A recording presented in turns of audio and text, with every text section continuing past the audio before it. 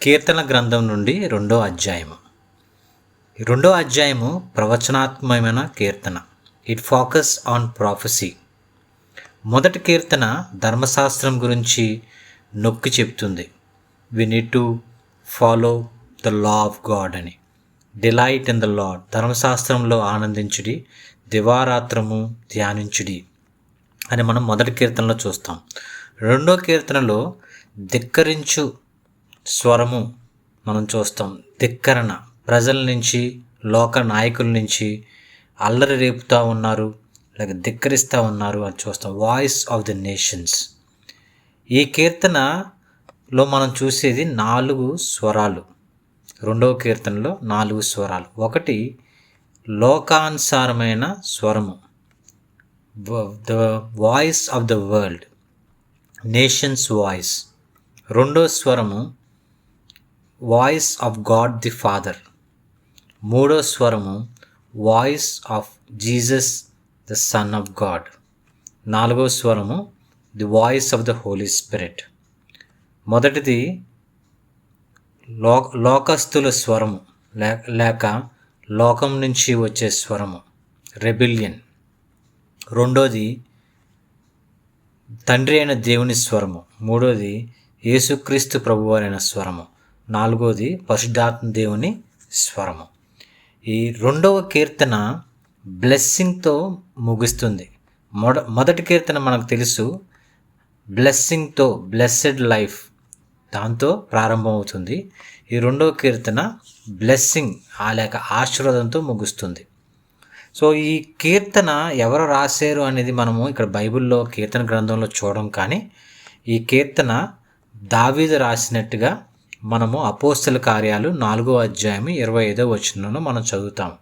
ఇదే కీర్తనని అప్పుడు శిష్యులుగా ఉన్నవారు ఎప్పుడైతే యేసయ్య చనిపోయి తిరిగి లేచాడో ఆ సువార్త ప్రకటిస్తూ ఉన్నప్పుడు శిష్యుల్ని బంధించి హింసిస్తూ ఉంటారు. జైలు నుంచి విడుదల చేసినప్పుడు అప్పుడు ఆ సమయంలో ఈ కీర్తన ఒకసారి జ్ఞాపకం చేసుకుంటారు. వాళ్ళు జ్ఞాపకం చేసుకున్న వచనాలు ఏంటంటే, కీర్తన గ్రంథంలో 2వ అధ్యాయము, అన్యజనులు ఎలా అల్లరి రేపుచున్నారు, జనములు ఎలా వ్యర్థమైన దానిని తలంచుచున్నవి, మనం వారి కట్లు తెంపుదము రండి, వారి పాశములను మన యొద్ద నుండి పారవేయుదము రండి అని చెప్పుకొనుచు, భూరాజులు యెహోవాకును ఆయన అభిషేక్తునికి విరోధంగా నిలబడుచున్నారు, ఏలికలు ఏకీభవించి ఆలోచన చేయుచున్నారు. ఈ 3 వచనాల్లో మనం చూస్తాము వాయిస్ ఆఫ్ ద నేషన్స్, తిరుగుబాటు స్వరము.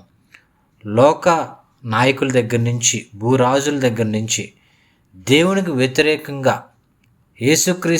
కుమారుడైన యేసుక్రీస్తు వ్యతిరేకంగా స్వరము మనం చూస్తాం. తిరుగుబాటు చేయడము, దేవుడికి వ్యతిరేకంగా తిరుగుబాటు చేయడం, దేవుడికి వ్యతిరేకంగా కుట్రలు పనడం. వీళ్ళు ఏమనుకుంటున్నారంటే దేవుని సేవని లేక క్రైస్తవ్యాన్ని భూమి మీద లేకుండా చేసేద్దాము అని వీళ్ళు దేవుడికే వ్యతిరేకంగా వీళ్ళు పన్నాగాలు పన్నుతున్నట్టుగా మనం చూస్తాం. ఇప్పుడు మనం చూస్తున్న ఈ లోకంలో ఇప్పుడున్న పరిస్థితులను కూడా మనం ఆలోచించినట్లయితే చాలామంది నాయకులు క్రైస్తవం లేకుండా, క్రైస్తవము చెప్పే మంచి మాటలు, ఆ మారల్ వాల్యూస్ లేక ఎథికల్ ఏమైతే ఉందో ఎథిక్స్ గురించి బైబిల్ ఎక్కువగా నొక్కి చెప్తుంది. వీటన్నిటిని కూడా చెప్పనివ్వకుండా, విన్నవ్వకుండా, సువార్త ప్రకటించబడకుండా ఇది ఆపుదామని అడ్డుపెట్టే వాళ్ళు చాలామంది మనం చూస్తూ ఉన్నాం.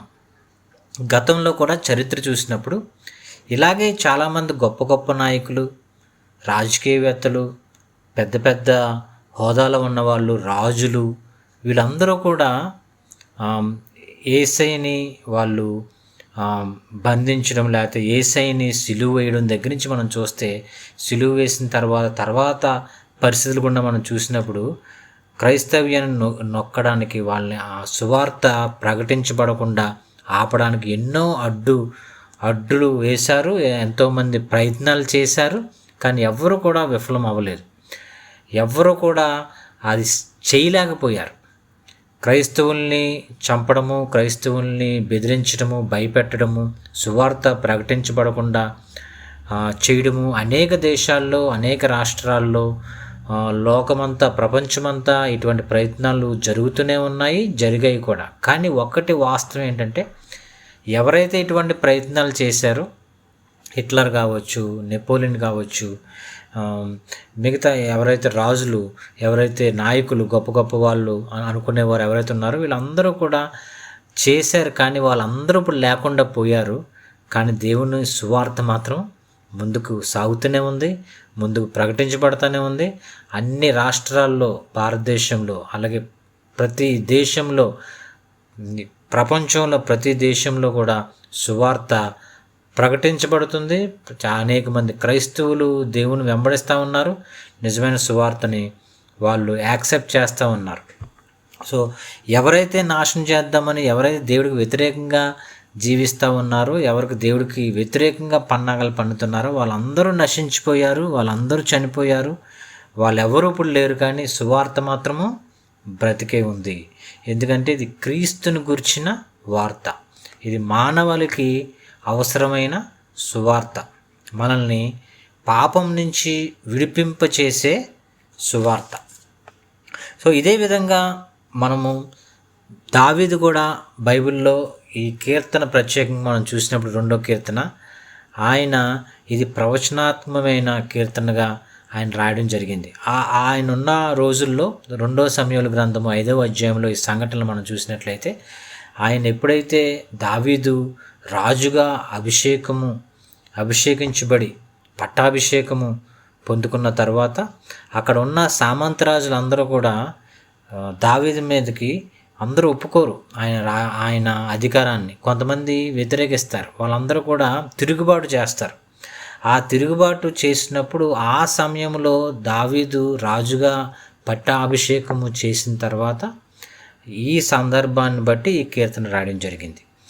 అలాగే తర్వాత దావీదు వంశంలో నుంచి వచ్చిన రాజులందరూ కూడా అలాగే పట్టాభిషేకము చేయబడ్డము, వారు రాజుగా వాళ్ళు నియమించబడిన తర్వాత ఈ కీర్తన అనేక మంది అనేక చోట్ల ఇది ప్రస్తావించడము, దీన్ని జ్ఞాపకం చేసుకోవడం చూస్తాం. అలా 1000 సంవత్సరాలు అయిన తర్వాత, 2000 సంవత్సరాల క్రితం యేసయ్య వచ్చిన తర్వాత ఈ కీర్తన ఫుల్ఫిల్ అయినట్టుగా మనం చూస్తాం. అదేవిధంగా మొదటి స్వరము లోకము, ఎవరైతే అన్యులు ఎవరైతే ఉన్నారో వారు దేవుణ్ణి ధిక్కరించి దేవునికి వ్యతిరేకంగా వాళ్ళు పన్నాగాళ్ళు పన్నుతూ ఉన్నారు. సో 2వ భాగంకి వచ్చేసరికి 4వ వచనం నుంచి 6వ వచనము 2వ భాగంలో మనం చూస్తాం వారు ఏ విధంగా దేవుడికి వ్యతిరేకంగా వాళ్ళు పన్నాగాలు పన్నుతున్నారో. మరి ఇవన్నీ చూసినప్పుడు, వీళ్ళు తిరుగుబాటుతనాన్ని చూసినప్పుడు దేవుడు ఏ విధంగా రియాక్ట్ అవుతాడు అనేది మనం 2వ భాగంలో చూడొచ్చు. చరిత్రలో మన బైబిల్లో చూసినప్పుడు కూడా మనుషులందరూ కూడా వారు యారగెంట్ అయిపోయి దేవుని కంటే గొప్పగా వాళ్ళు ఊహించుకొని బబులోను గోపురం కూడా అలాగే వాళ్ళు బిల్డ్ చేస్తూ ఉంటారు. దాన్ని దేవుడు నాశనం చేసేస్తాడు. వాళ్ళ ప్లాన్స్ తలక్రిందులు అయిపోతాయి.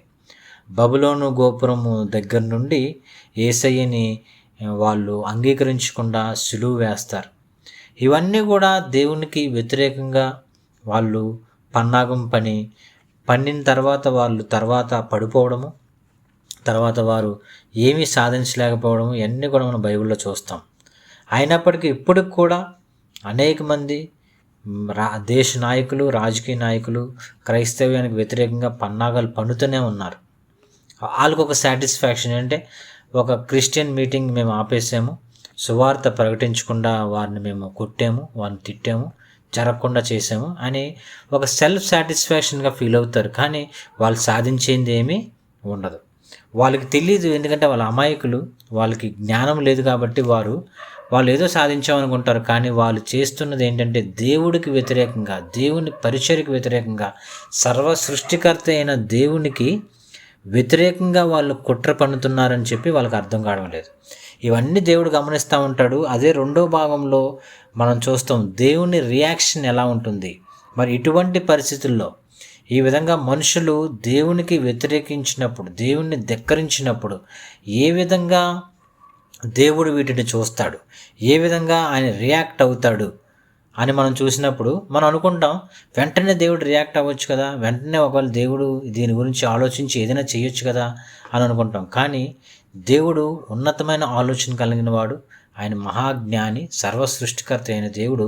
ఆయన మొదటగా ఇటువంటి మనుషులను ఎవరైతే రెబెల్ అవుతున్నారో, ఎవరైతే రెబెలియన్గా ఉండి ఎవరైతే ఎదురు తిరుగుతున్నారో వీళ్ళని చూసినప్పుడు దేవుడు మొదటగా చేసే పని ఏంటంటే 4వ వచనం మనం చూడొచ్చు. 2వ అధ్యాయం 4వ వచనం, ఆకాశమందు ఆసీనుడగు వాడు నవ్వుచున్నాడు, ప్రభు వారిని చూచి అపహాసించుచున్నాడు, ఆయన ఉగ్రుడై వారితో పలుకును, ప్రచండ కోపం చేత వారిని తల్లడింపచేయను. మొదటగా వీళ్ళందరిని చూసి దేవుడు ఏం చేస్తాడంట? నవ్వుతున్నాడు అని బైబిల్ సెలవిస్తుంది.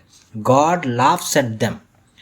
ఎవరైతే ఎదురు తిరుగుతూ ఉన్నారో, ఎవరైతే దేవుణ్ణి పరిచయం నాశనం చేద్దాం అనుకుంటున్నారో, ఎవరైతే దేవుడికి వ్యతిరేకంగా మాట్లాడుతూ ఉన్నారో వాళ్ళందరినీ చూసి దేవుడు నవ్వుకుంటాడంట. మామూలుగా మనం ఎగ్జాంపుల్గా ఒకసారి మనకు అర్థమైనట్టుగా మనం చూసినట్లయితే, ఒక చిన్న చీమ ఒక పెద్ద ఏనుగు ముందు నిలబడి తొడగొట్టి నేను నీ అంతు చూస్తాను, నేను నిన్ను చంపేస్తానంటే ఏనుగు ఏం చేస్తుంది? పక్క నుంచి వెళ్ళిపోతుంది నవ్వుకొని. అదేవిధంగా దేవుడు మనుషుల్ని, వాళ్ళ సైజ్ ఏంటి, వాళ్ళ ఆయుష్ ఏంటి, ఎంతవరకు ఉంటారు, ఏంటి పరిస్థితి ఏమీ తెలియదు మనిషికి. ఆ టైంలో ఏది పడితే అది మాట్లాడుతూ ఉంటాడు. కానీ ఆ లైఫ్ స్పాన్ అన్నీ కూడా దేవుడికి తెలుసు, ఎంతవరకు ఉంటాడు, వాడి తర్వాత భవిష్యత్తు ఏంటని కూడా. ఎప్పుడైతే దేవుని మీద వ్యతిరేకంగా పన్నాగలు పన్నుతున్నాడో, దేవుడికే వ్యతిరేకంగా ఆలోచన చేసిన వారిని దేవుడు చూసి వీళ్ళ జీవితం ఏంటి అని చెప్పి నవ్వుకుంటాడు. బైబిల్లో యెషయా గ్రంథంలో కూడా మనం చూస్తాం, మనిషి ఆయుష్ గురించి, మానవుల గురించి అక్కడ ఉంటుంది. మనిషి జీవితము గడ్డి పువ్వు లాంటిది, అడవి పువ్వు లాంటిది. సాయంత్రం అయ్యేసరికి ఏమవుతుంది? ఎండిపోయి వాడిపోతుంది. మన మనిషి జీవితం కూడా మనం ఎంతకాలం ఉంటామో, ఎప్పుడు వాడిపోతామో, ఎప్పుడు ముగిస్తామో మన జీవితం మన చేతిలో లేదు, మనకి తెలియదు. ఈరోజు ఉంటాం, రేపు ఉండకపోవచ్చు. దేవుడు నిత్యము ఉండేవాడు. ఎంతోమంది ప్రజలు దేవునికి వ్యతిరేకంగా ధిక్కార స్వభావము వాళ్ళు కనపరిచారు, వాళ్ళంతా లేకుండా పోయారు. కానీ దేవుని వాక్యము అలాగే సజీవంగా ఉంది. ఆ దేవుని వాక్యము సువార్త ఇంకా ప్రబలుతుంది, అనేక చోట్లకి ఇంకా సువార్త వ్యాపింపజేస్తుంది. మనుషులు వస్తూ ఉంటారు, పోతూ ఉంటారు. But God is always in his mission. దేవుడు ఆయన సువార్త ప్రకటింపజేసుకుంటూ ఉన్నాడు ఆయన సమయం వచ్చేంత వరకు. సో మొదటిగా మనం చూసింది voice of the nations, voice of the world, voice of the హీదెన్. ఈ లోకానుసారమైన స్వరము మనం చూసాం 3 వచనాల్లో. అలాగే 4వ వచనం నుంచి మనం చూసింది ఏంటంటే సెకండ్ వాయిస్, ఆ voice of the God the father, తండ్రి అయిన దేవుని స్వరము మనం చూసాం. ఈ తండ్రి అయిన దేవుని స్వరము మనం చదివినప్పుడు 4వ వచనంలో దేవుడు ఏం చేశాడంటే, మొదటగా ఇటువంటి తిరుగుబాటు కలిగిన వ్యక్తులను చూసినప్పుడు ఆయన మొదటగా నవ్వుతాడు, God laughs at them. And తర్వాత వారిని చూసి అపహసిస్తాడు. తర్వాత కోపంతో ఆయన చెప్పింది ఏంటంటే 6వ వచనంలో మనం చూస్తాం, నేను నా పరిశుద్ధ పర్వతమైన సియోను మీద నా రాజును ఆసీనుగా చేసి ఉన్నాను. తండ్రి అయిన దేవుడు తన కుమారుడైన యేసు క్రీస్తుని రాజుగా నియమించాడు, రాజుగా పట్టాభిషేకం చేశాడు. అప్పుడు గతంలో దావీదు పట్టాభిషేకము అయిన తర్వాత ఏ విధంగా సామంతరాజులు ఎదురు తిరిగారో ఆ టైంలో రాసిన కీర్తన తర్వాత యేసయ్య వచ్చిన తర్వాత ఫుల్ఫిల్ అయినట్టుగా మనం చూస్తాం. అదేవిధంగా ప్రవచనాత్మకంగా మనం చూసినప్పుడు తండ్రి అయిన దేవుడు కుమారుడైన యేసుక్రీస్తుకి పట్టాభిషేకం చేశాడు. ఆయన శిలువ మీద ఆ త్యాగాన్ని బట్టి ఆయన పునరుద్ధానుడైన తర్వాత ఆ ప్రభు అయిన యేసుక్రీస్తుకి భూమి మీద అందరి మీద ఆయనకి ఏమి ఇవ్వబడిందంటే తాళపు చేపులు ఇవ్వబడింది. ఆయన పూర్తి అధికారము, ఒక రాజుగా ఆయన పరిపాలన చేసే అధికారము యేసుక్రీస్తుకి ఇవ్వబడింది. సో మనం తర్వాత మనం చూసినప్పుడు 7వ వచనంలో, కట్టడను నేను వివరించదును, యెహోవా నాకిలాగా సెలవిచ్చును, నీవు నా కుమారుడవు, నేడు నిన్ను కని ఉన్నాను. ఇక్కడ మనం చూసినప్పుడు 7వ వచనంలో it is the voice of Jesus Christ.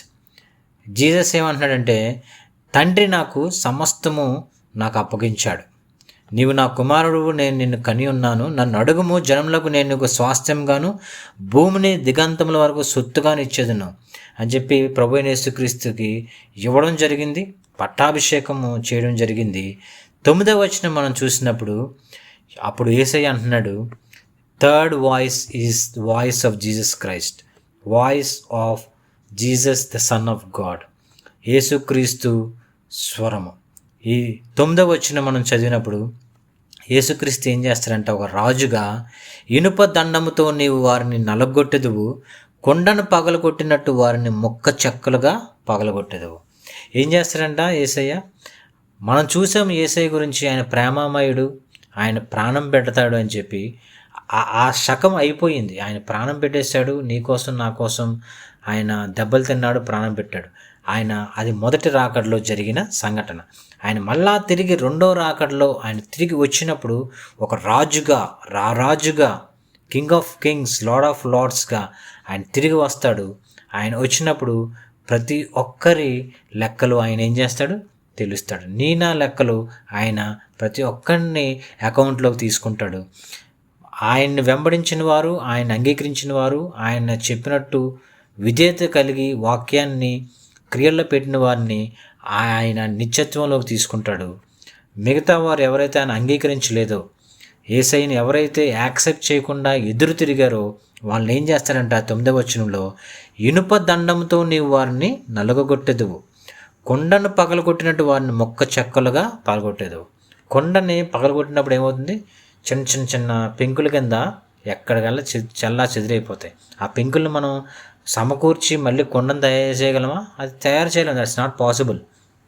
అదేవిధంగా యేసయ్య ఇనుప దండంతో ఏం చేస్తాడంట? మొక్క చెక్కలుగా కొడతాడు, పగలగొట్టేస్తాడంట. ఇంకా రిపేర్ కూడా సాధ్యం కాకుండా అయిపోతుంది. అంటే ఇంకా నిత్య నరకంలోకి మనల్ని పంపించేస్తాడు. సో మనము యేసయ్య ఇచ్చిన అవకాశాన్ని బట్టి ఎవరెవరైతే ఆయన అంగీకరించి ఆయన వాక్యాన్ని బట్టి జీవిస్తూ ఉంటారో వారికి ఆయన నిత్యత్వంలోకి తీసుకుంటాడు. వినలేని వారిని పగలగొట్టేస్తాను అని చెప్తా ఉన్నాడు. సో మనకి ఏం చేయాలంటే, తర్వాత స్వరం మనం చూసినప్పుడు the voice of the Holy Spirit, 4వ భాగము voice of the Holy Spirit, 10వ వచనం నుంచి 12వ వచనాలు, పరిశుద్ధాత్మ దేవుని స్వరము. మళ్ళీ మనకు ఒక అవకాశము పరిశుద్ధాత్మ దేవుని ద్వారా దేవుడు మనకు అనుగ్రహిస్తున్నాడు. అదేంటి అంటే 10వ వచనం చదివినట్లయితే, కాబట్టి రాజులారా వివేకులయుండుడి, భూపతులారా బోధనందుడి, భయభక్తులు కలిగి యెహోవాను సేవించుడి, గడగడ వణుకుచు సంతోషించుడి. పరిశుద్ధాత్మ దేవుడు మనకు మరొకసారి మనకి ఇచ్చే అవకాశం ఏంటంటే, లోక ప్రజలందరికీ కూడా మీరందరూ మొదటగా ఆయన చెప్పింది, రాజులారా వివేకులయుండుడి, భూపతులారా బోధనందుడి. ఎందుకు అంటే పరిపాలన చేసేది దేశ నాయకులకు చెప్తున్నాడు ముందుగా, మీరు వివేకం కలిగి క్రీస్తు ఎవరో తెలుసుకొని తద్వారా ఆ విధంగా మీరు ప్రజలకి చెప్పండి. చెప్పినప్పుడు వాళ్ళు కూడా అదే ఫాలో అవుతారు. ఎందుకంటే నాయకులు ఏం చెప్తే అది ప్రజలు చేస్తూ ఉన్నారు. రాజకీయ నాయకులు ఏం చెప్తే ఆ కింద ఉన్న కార్యకర్తలు చేస్తూ ఉన్నారు. ఏది మంచో చెడు అవగాహన వివేకం కలిగి చేసేవాళ్ళు ఎవరు లేరు ఈ రోజుల్లో. పైన ఉన్న నాయకుడు, రాజకీయ నాయకుడు ఏమైతే చెప్తున్నాడో ఆ కింద ఉన్న కార్యకర్తలు అదే గుడ్డిగా ఫాలో అయిపోతున్నారు. వెళ్ళి అక్కడ చర్చిని ఉంది, ఆ చర్చిని నాశనం చేసేయండి అంటే తగలబెట్టేయండి అంటే తగలబెట్టేస్తున్నారు. అక్కడున్న పాస్టర్ని వెళ్ళి కొట్టేయమంటే కొట్టేస్తూ ఉన్నారు. అక్కడున్న సంఘస్థులను వెళ్ళి డిస్టర్బ్ చేయమంటే చేస్తూ ఉన్నారు. క్రైస్తవులు ఎక్కడ సువార్త ప్రకటించకుండా చేయండి అంటే వెళ్ళి ఎవరైనా సువార్త చెప్తే వెళ్ళి వాళ్ళని కొడుతున్నారు, తిడుతున్నారు, జరగకుండా చేస్తూ ఉన్నారు. పైన నాయకులు ఏం చేస్తే కింద వాళ్ళు అదే చేస్తున్నారు. అందుకే బైబిల్ సెలవిస్తుంది, కాబట్టి రాజులారా, నాయకులారా, ఎవరైతే రాజకీయ నాయకులు ఉన్నారో, ఎవరైతే లీడర్స్గా ఉన్నారో, వివేకులయుండుడి, భూపతులారా బోధనుందుడి, మా బోధ తెలుసుకోండి అని అంటున్నాడు. ఫస్ట్ వాళ్ళకి చెప్తున్నాడు, తర్వాత ప్రజలకి కూడా దేవుడు చెప్తా ఉన్నాడు.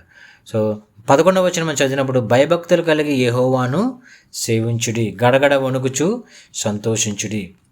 దేవుడు చెప్తున్నాడు మళ్ళా మనము ఎలా ఉండాలంట?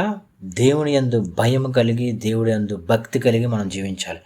దేవుని యందు భక్తి మాత్రమే కాదు, భయం కూడా మనం కలిగి ఉండాలి. ఎందుకంటే భయం లేకుండా మనము ఏమైపోతాం? పడిపోతాం. భక్తితో పాటు మనకు భయము దేవుని పట్ల ఉండాలి. ఆ భయం ఏం చేస్తుందంటే తప్పు చేయకుండా చేస్తుంది. మనకు చాలామంది ఇప్పుడు యూత్ అలాగే యవనస్తులు చూసినప్పుడు నాకు ఫ్రీడమ్ కావాలి, నాకు ఈ రూల్స్ వద్దు, రెగ్యులేషన్స్ వద్దు, ఈ రూల్స్ రెగ్యులేషన్ నాకు అవసరం లేదు, నేను చాలా ఫ్రీగా జీవిస్తాను, నా మనసు ఏం చెప్తే అది చేస్తాను, నా మైండ్ నా హృదయం ఏం చెప్తే అది నేను చేస్తాను. నాకు ఎవరో రూల్స్ చెప్పొద్దు. నా పేరెంట్స్ నాకు రూల్స్ చెప్పవసరం లేదు. నా ఉపాధ్యాయులు, టీచర్స్ నాకు రూల్స్ చెప్పవసరం లేదు. నా కంపెనీలో మేనేజర్స్ రూల్స్ నేను ఒప్పుకోను. నా ఇష్టానుసారంగా నేను జీవిస్తాను అని ఉన్న యవనస్తులు మనం చూస్తూ ఉన్నాం. కానీ చివరికి ఏమవుతుంది, అలా ఉన్న వాళ్ళు ఎక్కడో దగ్గర ఫెయిల్ అయిపోతారు. మళ్ళీ రిపేర్ కాకుండా వాళ్ళ జీవితాలు నాశనం అయిపోతాయి. ఎందుకు పనికి రాకుండా పోతారు. జీవితంలో ప్రతి ఒక్క వ్యక్తికి రూల్స్ అండ్ రెగ్యులేషన్స్ అనేది చాలా చాలా అవసరం. ఆ రూల్స్ అండ్ రెగ్యులేషన్స్ బైబిల్లో చాలా క్లియర్గా ఉంది. ఏది చెయ్యాలో ఏది చేయకూడదు. ఆ విధంగా ఈ రూల్స్ రెగ్యులేషన్స్ కలిగిన ఈ బైబిల్ని మనం పాటించినట్లయితే మన జీవితానికి చాలా క్షేమం, చాలా సెక్యూరిటీగా, చాలా బ్లెస్సెడ్ లైఫ్ మనం కలిగి ఉంటాం. ఉదాహరణకు ఒక ఫుల్ ట్రాఫిక్ ఉన్న సిటీనే తీసుకుంటే, ఫుల్ ట్రాఫిక్ జామ్ అయిపోయింది, సిగ్నల్స్ పనిచేయకుండా పోయినాయి, అక్కడ ట్రాఫిక్ పోలీస్ కూడా లేకుండా పోయాడు. అప్పుడు ఏమవుతుంది, యాక్సిడెంట్ జరిగిపోతాయి, ఒకరి మీద ఒకరు వెళ్ళిపోతారు. ఇష్టానుసారంగా గందరగోళంగా కెవాస్ ఆ సిస్టమ్ అంతా అక్కడ గందరగోళం అయిపోతుంది. ఏది అవుతుందో ఎవరికి తెలియదు, ఎలా వెళ్తున్నారో, ఎవరు వస్తున్నారో, ఎవరిని గుద్దేస్తూ ఉన్నారో, ఏం జరుగుతుందో తెలియదు. మన జీవితంలో కూడా రూల్స్, రెగ్యులేషన్స్, మారల్ వాల్యూస్ అనేది ఏది మంచి ఏది చెడు అనేది మనకు తెలియకపోతే, అవి లేకపోతే, వాటిని మనం ఫాలో అవ్వకపోతే మన జీవితం కూడా ఎటు కాకుండా సర్వనాశనము అయిపోతుంది. అందుకే దేవుడు చెప్పాడు వాక్యంలో, నా కట్టడలను నీవు ఫాలో అవ్వాలి. You need to submit to Jesus. అక్కడ మళ్ళీ ఏం చెప్తున్నాడు, కుమారుని ముద్దు పెట్టుకొనుడి, 12వ వచనం. ఆయన కోపము త్వరగా రగులుకొనును, కుమారుని ముద్దు పెట్టుకుని లేనిడలా ఆయన కోపించును, అప్పుడు మీరు త్రోవ తప్పి నశించెదరు. Kiss the sun.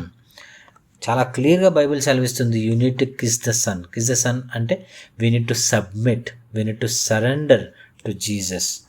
జీసస్ చెప్పిన బోధన, జీసస్ చెప్పిన వాక్యానికి మనం ఏం చేయాలి, సరెండర్ అవ్వాలి. We need to submit. మనము లోబడాలి.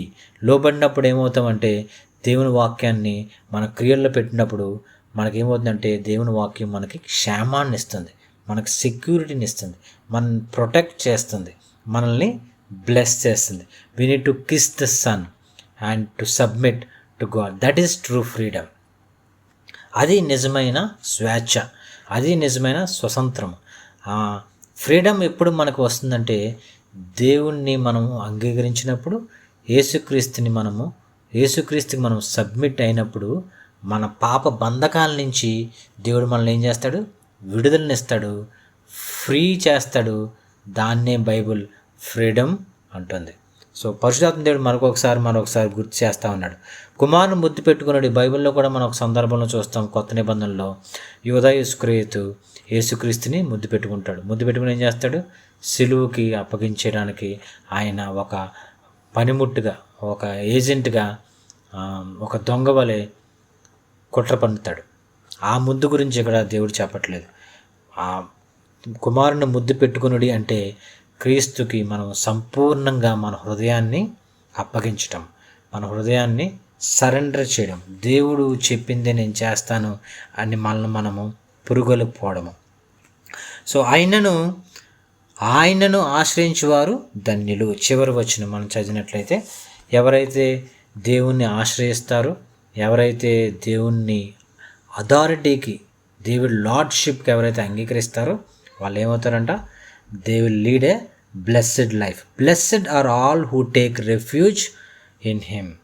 మొదటి కీర్తన బ్లెస్సెడ్తో ప్రారంభమైంది, రెండవ కీర్తన బ్లెస్సెడ్తో ముగిస్తూ ఉంది. మన జీవితము బ్లెస్సెడ్గా ఉండాలి అన్న, ఆశ్రితకరంగా, దీవెనకరంగా, అనేక మందికి ఉపయోగకరంగా ఉండాలి అంటే మనము యేసుక్రీస్తుని ముద్దు పెట్టుకోవడము, అనగా యేసుక్రీస్తుకి లోబడినప్పుడు దేవుడు మనకి క్షేమాన్ని, ఆరోగ్యాన్ని, ఇతరులకి ఉపయోగపడే జీవితాన్ని మనకు అనుగ్రహిస్తాడు. మనం చూసిన 4 స్వరాలు, మొదటిది nations voice, God's voice, Jesus voice and Holy Spirit voice. Let's surrender to Christ and have a blessed life.